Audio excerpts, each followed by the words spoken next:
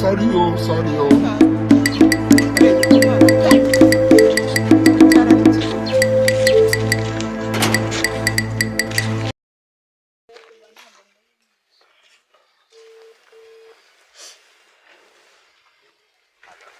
Allo. Mwaramutse ngoga.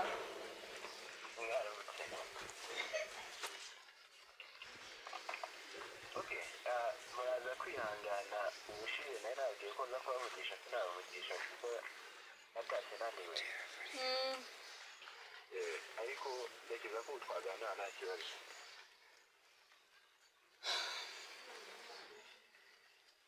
Ko ikibazo kibite? Sha nyine ngoga. Ko nshaka se kugusura. Gusura hehe ubwo?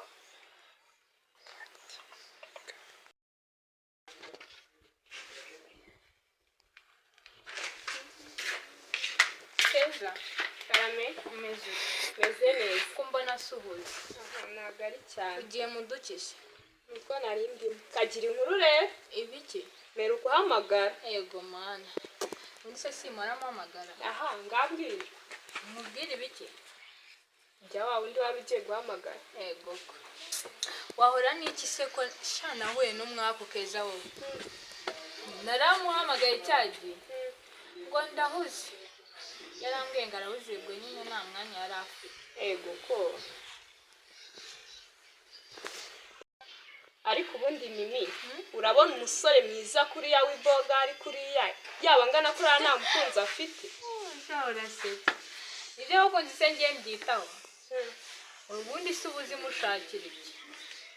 Wajya ureba ikureba. Aha, tamwihore. Ngoga, ndakoze kuba nashaka kwamba nkambavura. Yambiraga aho kweri. Gusa uzi ko kuwa kane boss azaza kutugenzura ku kazi wangu. Sane ubwo nugukora tutikoresheje bro. Tukamwitegura pe. Cyane rwose kabisa. Ako nekeza ko ntabwo twijana n'ubundi byo dukora ahubwo hari ikintu utambwiye wa muswa. Mwana naherutse murimo muvugana reka mugigera byagenze biti. Umwana rero yongera arampamagara mu kanya.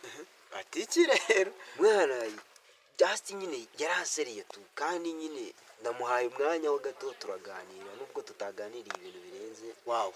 Ariko twaganiriye tunumvise nshobora kuba afite ibintu by'urukundo hagati nubwo atabyeruye ngo abivuge ako imvamutima ze zirabigaragaza tu. Ngoga ubu mwana bro.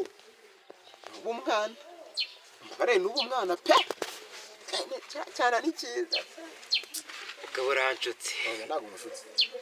Namahitamo yawe. Ako ngabo buriya ushobora kuba uri kunshuka. Nese Erega njye ntago ndakura. Ntago ndakura byo kuba nashaka ngo kunsura hehe ubwo